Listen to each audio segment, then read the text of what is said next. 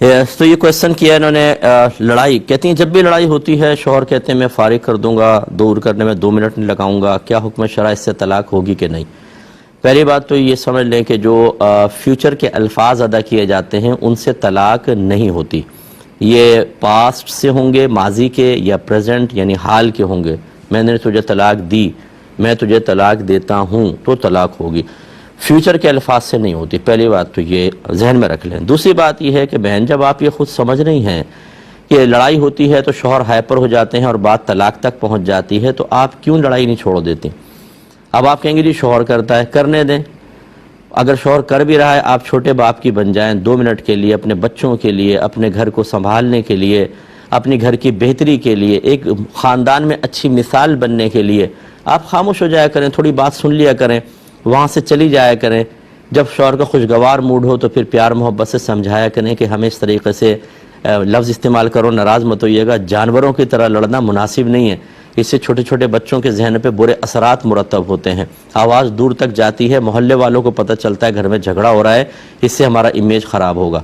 پھر آتی ہے محلے والی، ان کے بڑے کان تیز ہوتے ہیں، ویسے کام کی بات سنیں گی نہیں، کہ ان کو اگر ساس نے کہا ہے کہ یہ کام کرنا ہے، مجھے تو پتہ نہیں کب کہہ کے چلی گئی، اور ویسے چھٹے گھر کے اندر جھگڑا ہو رہا ہوگا، یہ کچن سے سن لیں گی، اتنا زبردست قسم کا ان کا سینسر زبردست قسم کا ہوتا ہے، وہ سنا ہے تمہارے گھر میں کچھ جھگڑا ہو رہا تھا، کیا ہوا؟ اب آپ نے کہانی سنانا شروع کر دی، پورے محلے میں بتا دیا کہ میرے شوہر کے ساتھ تعلقات کیا ہیں۔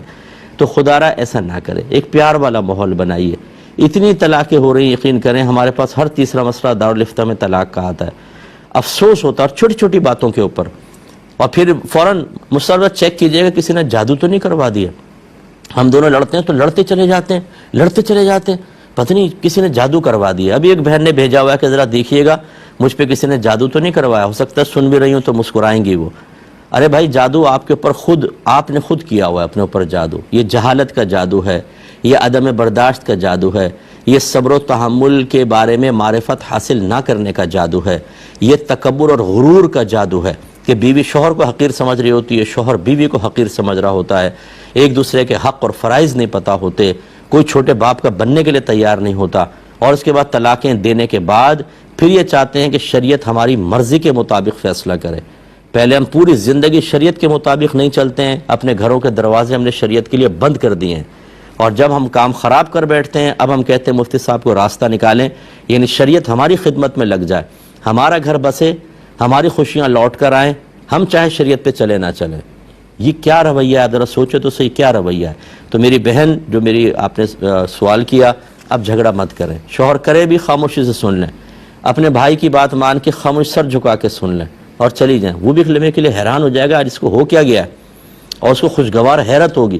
اس کے بعد گرم چائے بنا کے لے کر آئیں، اس کو انڈا ابال کر دیں، بولے کھاؤ آرام سے، حلوہ بناؤں تمہارے لیے، تھوڑی خدمت کریں۔ دیکھیں 2 منٹ کے اندر ماحول بدل سکتا ہے، لیکن جب ہم تلواریں نکال کے ایک طرف مصطفیٰ قریشی اور ایک طرف سلطان راہی کھڑا اور گنڈاسے لے کے کھڑے ہوں تو پھر جڑتا کھڑا کی ہوگا پھر گھر کے اندر، ایسا نہ کریں۔ ٹونے کی اسلام میں کیا شرعی حیثیت ہے؟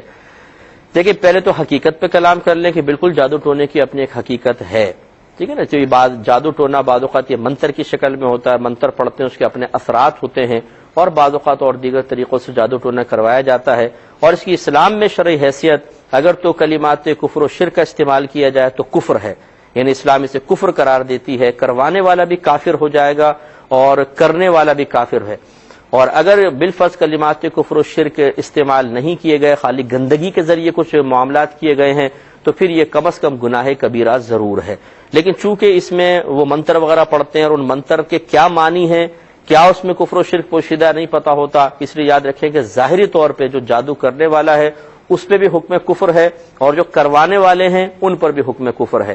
اس سے اب آپ ان لوگوں کی جہالت کا اندازہ کریں جو یہ کہتے ہیں کہ جی جادو کی کارڈ جادو سے ہی ہو سکتی ہے، روحانی علم سے نہیں ہو سکتی ہے۔ معاذ اللہ ثم معاذ اللہ، یعنی جس نے جادو کروایا وہ تو کافر ہوا ہی ہوا، اب آپ بھی معاذ اللہ کافر ہوں تو اس کا مقابلہ ہو سکتا ہے۔ لا حول ولا قوت، اللہ کے کلام میں اتنی طاقت و قوت ہے کہ وہ جادو ایک کیا لاکھوں جادوؤں کو ختم کر دے گا، لیکن ہمارا باطن کمزور ہے، ہم نے اللہ تبارک و تعالیٰ کی قدرت و طاقت کو کبھی سمجھنے کی اور اس کے کلام کی قدرت و طاقت کو سمجھنے کی کوشش ہی نہیں کی ہے. یہی ضعیف الاعتقادی ہمیں کفر تک لے جاتی ہے. اس کو سمجھنا چاہیے. یہ کہتے ہیں کہ بعض لوگ کسی کے گھر کو جادو ٹونے کے ذریعے خراب کروا دیتے ہیں, میاں بیوی میں جدائی ڈلوا دیتے ہیں. اس کا وبال کس پر ہوگا؟ لیکن اس کا ظاہری وبال تو یقیناً جادو ٹونے کرنے والے پر ہی ہے. یہ تو ضرور ہے کہ وہ قصوروار ہے, لیکن اس کا مطلب یہ نہیں ہے کہ جو اگر شوہر نے بالفرض بیوی پہ ظلم کیا یا کچھ, اور وہ یہ کہہ کر بری ذمہ ہو جائے جی جادو ٹونے کے اثرات سے میں نے ایسا کر دیا. کیونکہ جادو ٹونے کے اثرات ہیں, اس کی خبر آپ کو کون دے گا؟ اگر کسی عامل نے دی ہے, کسی نے حساب کتاب کر کے بتائی ہے, تو وہ خدا یا رسول نہیں ہے کہ اس کی خبر 100% بالکل شیورٹی کے ساتھ پرفیکٹ ہو اور آپ یقین کے ساتھ کہہ سکے کہ ہاں یہ جادو ہی تھا. لہذا زیادہ یہ ہو سکتا ہے کہ آپ کو حسن ظن قائم ہو جائے, ظن غالب آپ کے پاس آ جائے, بھئی یہ بڑا اپنی فیلڈ کا ماہر, اس نے بتایا تو ایسا ہو گیا. تو لہذا جب کنفرم نہیں ہے 100% شیورٹی کے ساتھ آپ نہیں کہہ سکتے کہ جو کچھ آپ کر رہے ہیں یہ جادو کے زیر اثر رہ کر رہے ہیں, لہذا آپ کی بھی گرفت ہوگی. اب بعض لوگ ایسے ہوتے ہیں کہ سب کام کر لیتے ہیں, آخر میں ڈال دیتے ہیں اس کو جادو ٹونے پہ. جی جادو ٹونا تھا. ارے بھائی آپ کو کیسے پتا چلا؟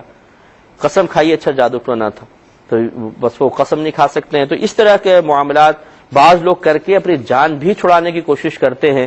یہ قصور خود کرتے ہیں اور کہتے ہیں جی جادو ٹونا تھا. لہذا اس قسم کی کے آزار اور اس قسم کی وجوہات کی شریعت کوئی پرواہ نہیں کرتی ہے, ان کا کوئی لحاظ نہیں کرتی ہے. لہذا اگر مثال کے طور پر کسی شوہر نے اپنی بیوی کو طلاق دے دی اور اب یہ کہتا ہے کہ میرے تو ذہن باندھ دیا گیا تھا, مجھے پتہ ہی نہیں تھا میں کیا کہہ رہا ہوں, میں نے طلاق دے دی, جادو کے زیر اثر تھا, لہذا طلاق نہیں ہونی چاہیے, تو نہیں مانا جائے گا, طلاق واقع ہو جائے گی. ایک ہی کہتے ہیں کہ پہلے فتویٰ دیا کہ جوڑے تو آسمانوں پہ بنتے ہیں, جوڑے کوئی آسمانوں پہ نہیں بنتے ہیں. یہ جملہ کہنا غلط ہوتا ہے. آسمانوں پہ بننے کا یہ لفظ کہنے کا مطلب یہ ہے کہ ہم یوں تصور کریں کہ اصل میں تو جوڑے اللہ کی مرضی سے بنتے ہیں. اللہ نے جس کے لیے جو عورت مخصوص کر دی, جس عورت کے لیے جو شوہر مخصوص کر دیا, وہی اس کا شوہر, وہی اس کی بیوی بنے گی. کوئی اس کو ختم نہیں کر سکتا اور اپنے وقت پر ہوگا. اب یہ تو ایک اصل مسئلہ ہے. اب آپ کہیں جوڑے آسمانوں پہ بنتے ہیں تو یوں تصور میں آئے گا کہ جیسے اللہ تعالیٰ آسمان پر ہے اور وہاں اس نے یہ جوڑے مختص کر دیے. جوڑے تو مختص اللہ نے کیے لیکن وہ آسمان پر تو نہیں ہے. تو یہ کہنا جی جوڑے آسمان پہ بنتے ہیں, یہ غلط محاورہ ہے.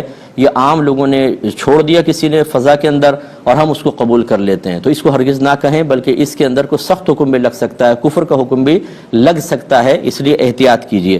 دوسری بات یہ ہے کہ بالکل ایسے ہی ہے, اللہ تبارک و تعالیٰ نے ازل سے ہی فیصلہ فرما دیا کون کس کی بیوی بنے گی, کون کس کا شوہر بنے گا, کس کی شادی نہیں ہوگی, کون کنوارا مر جائے گا اور کس کی شادی ہو کے نہیں چلے گی, ختم ہو جائے گی.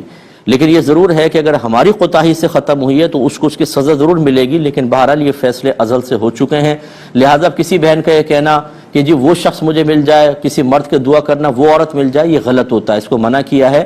ہاں یوں کہہ سکتے ہیں کہ اللہ تبارک و تعالیٰ جس سے تو نے میرا عقد رکھا ہے اگر وہ میرے حق میں بہتر ہے, یا اگر اس کے ساتھ رکھا ہے اور یہ میرے حق میں بہتر ہے, تو اس معاملے کو آسان کروا دے. لیکن مخصوص شخص کو سامنے رکھ کر یا مخصوص اوصاف کو سامنے رکھ کر دعا کرنا کہ مجھے ایسا ہی شوہر چاہیے, مجھے ایسی بیوی چاہیے, یہ ہرگز نہ کریں. وجہ اس کی یہ ہوگی کہ فیصلہ پہلے ہو چکا ہے. اللہ تعالیٰ اپنے فیصلوں کو آپ کی خواہشات کی وجہ سے بدلے گا نہیں. آپ نے کی شادی ہوئی اور ویسا نہیں ملا تو پھر شیطان فوراً ذہن میں ڈالے گا کہ دیکھو تم نے کتنی دعا کی لیکن اللہ نے تمہیں کیسا شوہر دے دیا, تمہیں کیسی بیوی دے دی. حالانکہ وہ تو اپنے فیصلے نہیں بدلتا نا. لا مبدل لکلمات اللہ, لا تبدیل لکلمات اللہ, اللہ کے کلمات تبدیل نہیں ہوتے, اللہ کے کلمات کو کوئی بدلنے والا نہیں ہے. ہم پہلے شریعت سیکھتے نہیں ہیں اور چاہتے ہیں کہ اللہ تعالیٰ ہماری مرضی کے تابع ہو جائے. معاذ اللہ یوں تصور بن گیا ہے یا یوں ہماری حرکات ظاہر کر رہی ہیں کہ جیسے ہم اس کے بندے نہیں ہیں. وہ مطلب یہ کہ معاذ اللہ ہمارا ماتحت ہو گیا, اس لیے ہماری ہر دعا قبول ہونی چاہیے ورنہ ہم ناراض ہوں گے. اس کا کہنا مانے نہ مانے, نماز ہم نہیں پڑھتے, روزہ ہم نہیں رکھتے, زبان کی حفاظت ہم نہیں کرتے ہیں, رزق حلال کی طرف ہم کامل طور پر آتے نہیں ہیں, ہم کچھ بھی نہ مانیں, اللہ تعالیٰ ہماری مانے. اس لیے تھوڑا سا اس پر توجہ کرنی چاہیے, یہ چیزیں صحیح نہیں ہیں. ایک ہی کہتی ہیں کہ جب سب لکھا ہوا ہے, کسی نے کہا جب سب لکھا ہے تو پھر عمل کیوں کریں, اور جس کا جہنم لکھا ہے وہ جہنم میں جائے گا. دیکھیں آپ یوٹیوب پہ جائیے اور وہاں پہ تقدیر کا بیان بائے مفتی اکمل لکھیے گا, آپ کو پورا تقدیر کا بیان مل جائے گا. مسائل جو ہدایت, گمراہی, نیکی, بدی, اسلام, کفر کے ہوتے ہیں, اس میں اللہ تبارک و تعالی نے ہمیں ایک طرح کا اختیار دیا ہوتا ہے. اسی لیے ہمیں عقل دی ہے، انبیاء علیہ السلام، آسمانی کتابیں، یہ تمام چیزیں اہتمام کی ہیں اور جو ہدایت کی طرف لے کے جاتے ہیں۔ اس کے علاوہ کچھ رکاوٹیں بھی پیدا کی ہیں، جیسے شیطان ہے، نفس ہے، دنیا ہے، مخلوق ہے، اور یہی تو ہمارا امتحان ہے کہ ان چیزوں میں آپ چاہیں تو اپنی مرضی سے کفر اختیار کر لیں، آپ چاہیں تو اسلام اختیار کر لیں۔ اب جب آپ اپنے آپ کو کنٹرول کر کے شریعت کے تابع رکھ کر اپنے آپ کو اسلام کے قریب رکھتے ہیں یا اسلام قبول کرتے ہیں، اس پر آپ کو انعام ملے گا، اور اگر آپ دوسری طرف جاتے ہیں تو یہ اللہ کے زبردستی لے جانے سے نہیں ہے، آپ اپنے قدرت و اختیار سے گئے ہیں، اسی کی آپ کو سزا ملے گی آخرت میں۔ صحابہ کرام علیہم الرضوان نے بھی یہی کویسچن کیا تھا کہ یا رسول اللہ اگر سب کچھ لکھا جا چکا ہے تو عمل کاہے کا رہا؟ نبی کریم صلی اللہ علیہ وسلم نے فرمایا تم عمل کرتے رہو، اللہ تبارک و تعالی نے جس کے لیے پیدا کیا ہے اس کے لیے وہ آسان کر دے گا۔ جس کی تشریح توضیح یہی ہے کہ اللہ تعالیٰ نے جو مطلب یہ کہ معاملات وہاں لکھے ہیں لوح محفوظ پر وہ ہو کر رہیں گے، لیکن ان میں معاملات دو طرح کے ہیں، ایک میں ہمیں اختیار دیا ہے باقاعدہ، اور اس اختیار کی وجہ سے ہی تو جزا اور سزا ہے۔ اگر ہم غیر مختار ہوتے، بالکل مجبور محض ہوتے تو سزا کیوں ملتی؟ اس لیے نیکی بدی اور گمراہی اور ہدایت، صحیح غلط، اسلام کفر، یہ وہ مسائل ہیں جن میں ایک طرح کا اختیار ہے۔ ان میں بچہ اور پپو بننے کی ضرورت نہیں ہے کہ جی ہم کیا کریں، اگر اللہ تعالیٰ نے چوری میری قسمت میں نہ لکھی ہوتی تو کیوں ہوتا؟ ایسے شخص کو اگر ایسے کوئی عقیدہ رکھتا ہے تو پھر چور کو کیوں پکڑتے ہیں آپ؟ اس کی قسمت میں چوری تھی، اس نے چوری کر لی، لے گیا آپ کا مال، تو پھر کیوں آپ ناراض ہوتے ہیں؟ تو یہ بالکل غلط چیز ہوتی ہے۔ اس میں یہی حکم شرع جو میں نے عرض کیا ہے۔